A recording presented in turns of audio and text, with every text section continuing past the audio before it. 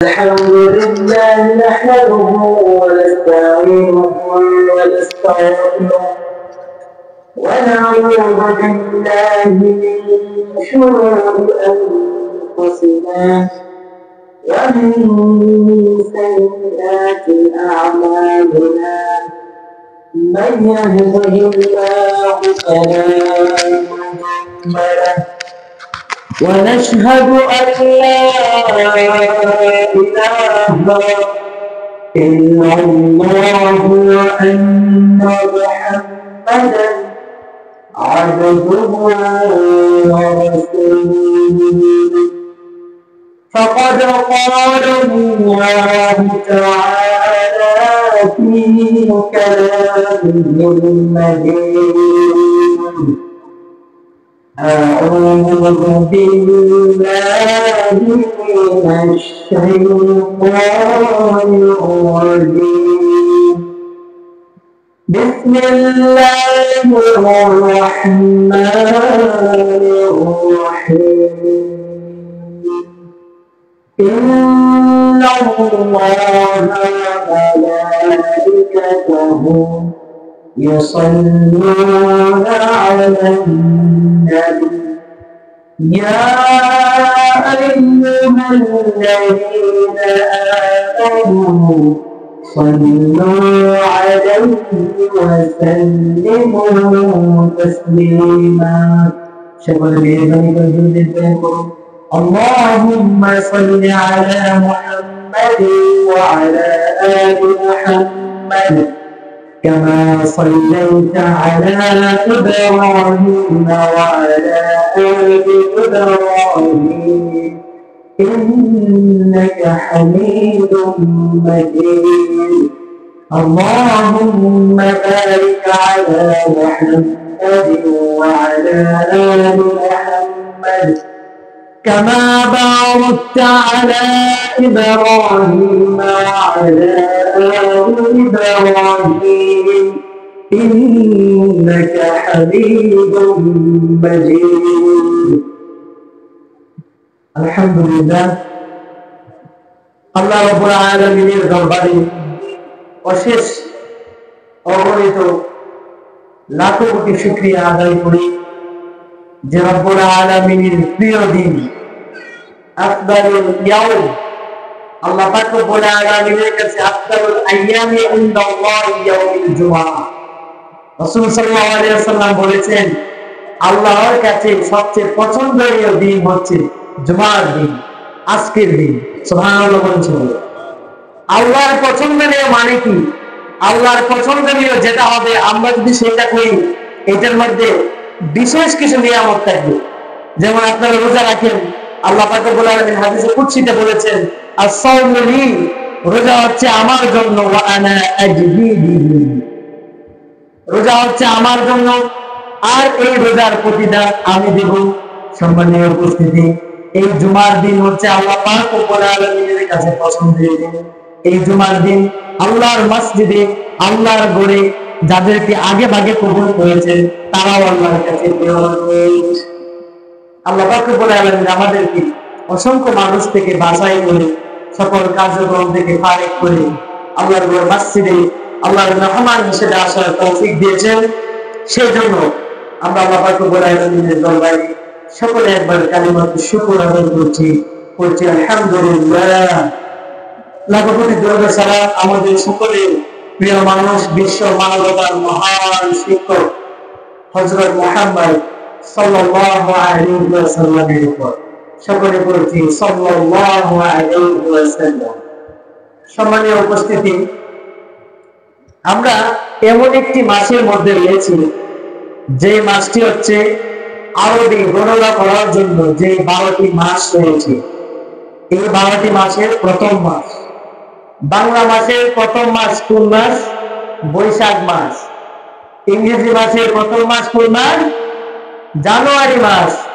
আর এইরকম ভাবে আরবি হিজরি সাল, আরবি যে পঞ্জিকা রয়েছে নববর্ষ বা আরবি বর্ষপঞ্জিকা যেটা রয়েছে সেটার প্রথম মাস হচ্ছে মুহররম। এই আমরা মুহররম মাসে রয়েছি। আজকে হচ্ছে মুহররমের 15 দিন, 15তম তারিখ। সম্মানীয় উপস্থিতি, আল্লাহ পাক রব্বুল আলামিন আমাদেরকে যদি তৌফিক দান করেন এই হিজরি সাল এবং নববর্ষ সংক্রান্ত কিছু কথাবার্তা বলবো, যদি তৌফিক দান করেন ওয়া তৌফিক ইল্লা বিল্লাহ। সম্মানিত উপস্থিতি, পৃথিবীতে নববর্ষ গণনা করার জন্য দুইটি নিয়ম বা দুইটি প্রথা চালু রয়েছে। একটি হচ্ছে সূর্যের সাথে সম্পৃক্ত, আরেকটি হচ্ছে চন্দ্রের সাথে সম্পৃক্ত। সূর্যের সাথে যেটি সম্পৃক্ত সেটাকে বলা হয় সূর্যবর্ষ, আর যেটি চন্দ্রের সাথে সম্পর্ক সেটিকে বলা হয় চন্দ্রবর্ষ। সম্মানীয় উপস্থিতি, এই চন্দ্রবর্ষ আর সূর্যবর্ষের মধ্যে প্রতি বছরে ব্যবধান হয় 10 থেকে 11 দিন। কয়দিন? 10 থেকে 11 দিন। সূর্যবর্ষ যেটা সেটা বছরে 365 দিন হয়, আর চন্দ্রবর্ষ যেটা সেটা বছরে 354 দিন হয়। এই 10 থেকে 11 দিন চন্দ্রবর্ষ আর সূর্যবর্ষের মধ্যে পার্থক্য হয়ে থাকে। এই জন্য দেখা যাচ্ছে এক সময় রোজা রাখতে হয় বৈশাখ মাসে, আরেক সময় চৈত্র মাসে, আরেক সময় জ্যৈষ্ঠ মাসে, আরেক সময় পৌষ মাসে, আরেক সময় মাঘ মাসে। কারণ চন্দ্র মাসের সম্পর্ক চাঁদের সাথে, আর চাঁদের সাথে সম্পর্ক রোজা, ঠিক না? সম্মানের উপস্থিতি, এই বিষয়গুলা আমাদের মধ্যে এখন আলোচিত হয় না, আমরা এই বিষয়গুলোকে গুরুত্ব দেই না। কিন্তু হিজরি সনের, আরবি সনের তাৎপর্য রয়েছে মুসলিম উম্মার জন্য। আজকে আমাদের অধপতন, সামনে কিছু সময় আসতেছে বড় বড় জিনিসগুলা। এসএসসি রেজাল্ট হয়েছে, গত বছরের তুলনায় এবার পাশের হার কেমন, আর শিক্ষা ব্যবস্থা আমাদের কোন দিকে যাচ্ছে, এটা নিয়ে ইনশাআল্লাহ বলবো। সম্মানীয় উপস্থিতি, আল্লাহ পাক রব্বুল আলামিনের কাছেও কিন্তু গণনা করার জন্য মাস রয়েছে। আল্লাহ পাক রব্বুল আলামিন সূরা তাওবার মধ্যে বলতেছেন, ইন্না ইদ্দাতাশ শুহুরি ইনদাল্লাহি 12 শাহরান ফি কিতাবিল্লাহ। আল্লাহ পাক রব্বুল আলামিনের কাছে গণনা করার জন্য মাস হচ্ছে 12টি। আল্লাহ পাক রব্বুল আলামিন এটা লিখে রেখেছেন ওনার কিতাবের মধ্যে, লাউহে মাহফুজে, ইয়াওমা খালাকাস সামাওয়াতি ওয়াল আরদ। আল্লাহ এই গণনা করার জন্য 12টি মাস হবে, এই 12টি মাস তিনি লিখে রেখেছেন যখন আসমান এবং দুনিয়া সৃষ্টি করেছিলেন। আরবাআতুল হুরুম, এই 12টি মাসের মধ্যে 4টি মাস হচ্ছে বিশেষ সম্মানিত। কয়টি মাস সম্মানিত? 4টি মাস আল্লাহ পাক রব্বুল আলামিনের কাছে বিশেষভাবে সম্মানিত। এই 4টির মধ্যে একটি হচ্ছে মুহররম, রজব, জিলকদ আর জিলহজ। এই 4টি মাস হচ্ছে আল্লাহর কাছে বিশেষভাবে সম্মানিত। আপনারা জানেন যেরকম ভাবে জুমার দিনের বিশেষ সম্মান রয়েছে, গুরুত্ব রয়েছে, আল্লাহ পাক রব্বুল আলামিনের কাছেও এই জুমার দিনে আল্লাহ পাক রব্বুল আলামিনের কাছেও এই 4টি মাসের বিশেষ গুরুত্ব রয়েছে। রাসূল সাল্লাল্লাহু আলাইহি ওয়াসাল্লাম বলেছেন, আফদালুস সিয়াম, সবচেয়ে উত্তম রোজা হচ্ছে বা'দা রমাদান শাহরুল্লাহি মুহররম। আল্লাহ পাক রব্বুল আলামিনের কাছে সবচেয়ে প্রিয় রোজা, সবচেয়ে উত্তম রোজা হচ্ছে রমাদান মাস। আর এই রমাদান মাসে পরে যদি কেউ রোজা রাখতে চায়, সবচেয়ে উত্তম রোজা হচ্ছে শাহরুল্লাহি মুহররম, মুহররম মাসের রোজা। শাহরুল্লাহ, আল্লাহ বলতেছে এটা আমার মাস। কার মাস? শাহরুল্লাহ, আল্লাহর মাস। আল্লাহর মাস বলেছেন এই মুহররম মাস, মুহররম মাস। সম্মানীয় উপস্থিতি, এই মুহররম মাস এমন একটি মাস, অর্থাৎ এই 4টি মাসের সম্মানিত 4টি মাসের মধ্যে একটি হচ্ছে মুহররম মাস। এই 4টি মাস কেমন তাৎপর্যপূর্ণ? মক্কার কাফেররা যারা নিজেদেরকে বাহাদুরি করত যে আমার দাদা 100 খুন করেছে, আমার বাপ 100 হত্যা করেছে, অমুক অমুক বড় বড় কাজগুলো সম্পাদন করেছে। তো উনি মৃত্যুবরণ করার পরে ওনার তো একটা নিয়ে 22 সালে জুড়ে দাদাগিরি করতে যে আমার বাবা 100 খুন করেছে, গর্ব করতে। এতটা নিঃশংস ছিল তারা, এতটা মানব সম্পন্ন ছিল তারা এতটা অমানবিক ছিল। রাস্তা দিয়ে কোনো যদি মালামাল নিয়ে কোনো পথিক যদি হেঁটে যেত, তাহলে ওই রাস্তা যত পথিকের যে মালামাল ছিল তারা সেগুলো লুট করে নিত। তাদের কোনো নিরাপত্তা ছিল না। কাবার চত্বরে তারা উলঙ্গ অবস্থায় কাবা তাওয়াফ করত। নাউযুবিল্লাহ। তারা কতটা জাহেলিয়াতের মধ্যে ছিল, কতটা বর্বর ছিল। তারাও এই 4টি মাসকে সম্মান দিত। মুহররম মাস, জিলকদ, জিলহজ, রজব, এই 4টি মাস আসলে তারা এই পাপ কাজগুলো ছেড়ে দিত। তখন এই মাসে দূর দূরান্তে যারা সফর করবে বাণিজ্যিকের জন্য, মক্কা থেকে আপনার বাণিজ্যের ব্যবসার জন্য মালামাল নিবে, তারা এই 4টি মাসে বেশি সফর করতেন। কারণ জানে মক্কার যে বর্বর অন্ধকার যে মূর্খরা রয়েছে, তারা এই 4 মাস ব্যতীত গেলে আমাদের মালামাল করে লুট করে সকল মালামাল নিয়ে যাবে। এই জন্য তারা কি করতেন, এই 4 মাসের মধ্যে সফর করতেন। চিন্তা করা যায়, আমরা এই 4টি মাস সম্পর্কে অনেকে জানি। সম্মানীয় উপস্থিতি, আল্লাহ বলতেছেন এটা হচ্ছে আর হারাম শব্দ আল্লাহ এখানে ব্যবহার করেছেন। হারাম মানে হচ্ছে নিষিদ্ধ। হারাম শব্দের অর্থ কি? নিষিদ্ধ, বিরত থাকা।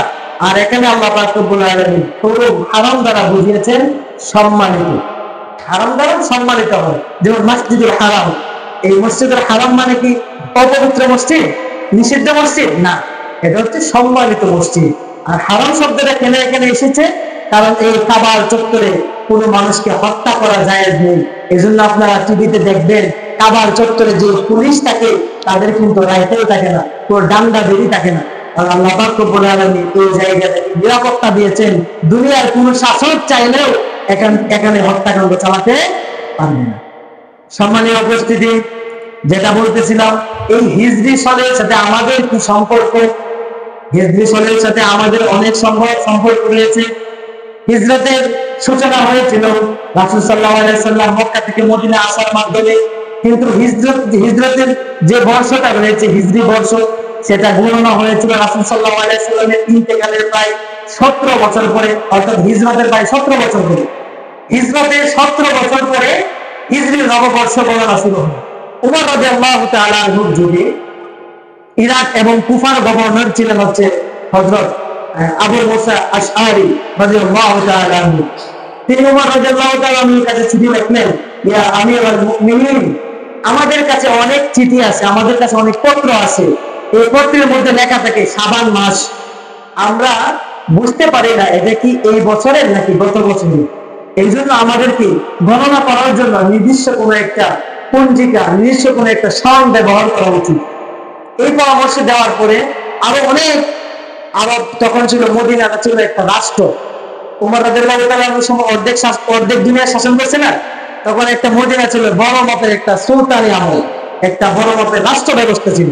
উমর রাদিয়াল্লাহু তাআলা আনহুকে এই পরামর্শ দেওয়ার পরে বড় বড় সাহাবীরা তখনও জীবিত ছিলেন, তাদের সাথে পরামর্শ করে সকলের সম্মতিক্রমে মুহররম মাসকে হিজরতের সময়টাকে ধরে আপনার হিজরি সালের গণনা শুরু হয়।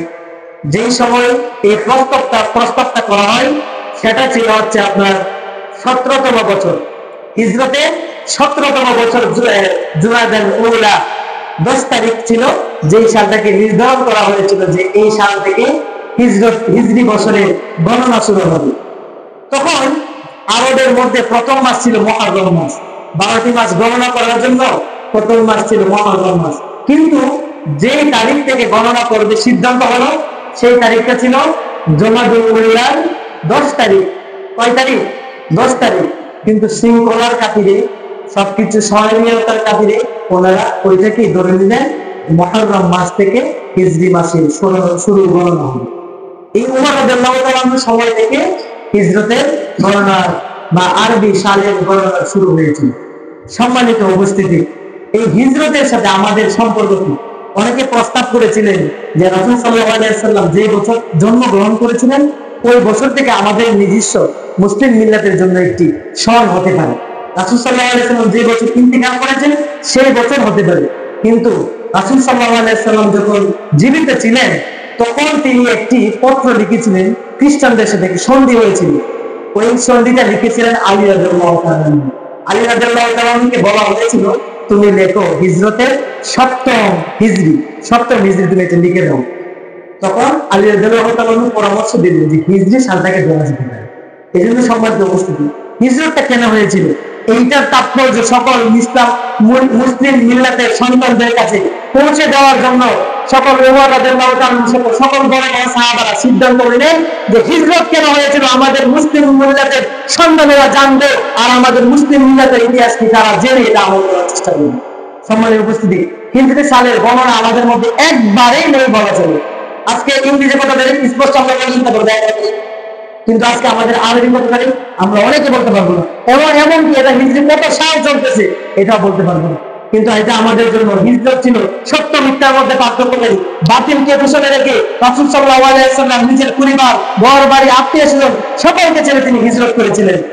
আজকে আমরা কিছু টাকার লোভের পরে আমরা এটা ছাড়তে পারি না। যখন বলা হয় আপনি ওটা করেন, কিছু দূরে হয়ে গেল, আপনি এটা ওইটার উপর আপনি সমর্থন দিয়ে দিলেন, ঠিক আছে আমি এখানে আছি, আমরা ছাড়তে পারি না।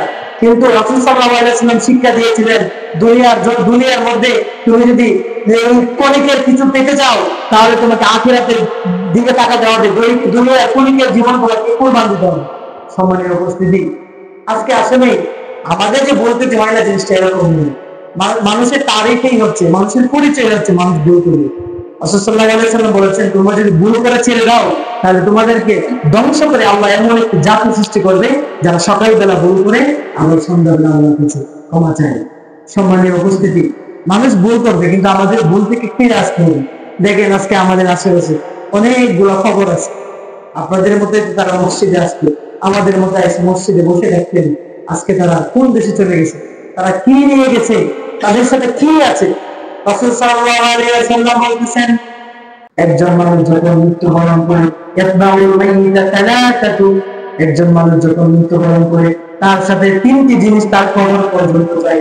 একটা হচ্ছে তার সন্তানাদি, তার আহলুহু ওয়া মালুহু ওয়া আমালুহু, তার সন্তানাদি, তার সম্পদ এবং তার আমলনামা।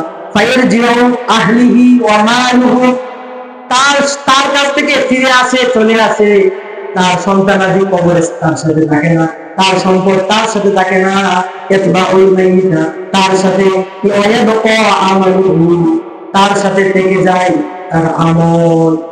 সম্মানীয় উপস্থিতি, আমাদেরকে এই দিকটাতে গুরুত্ব দিতে হবে।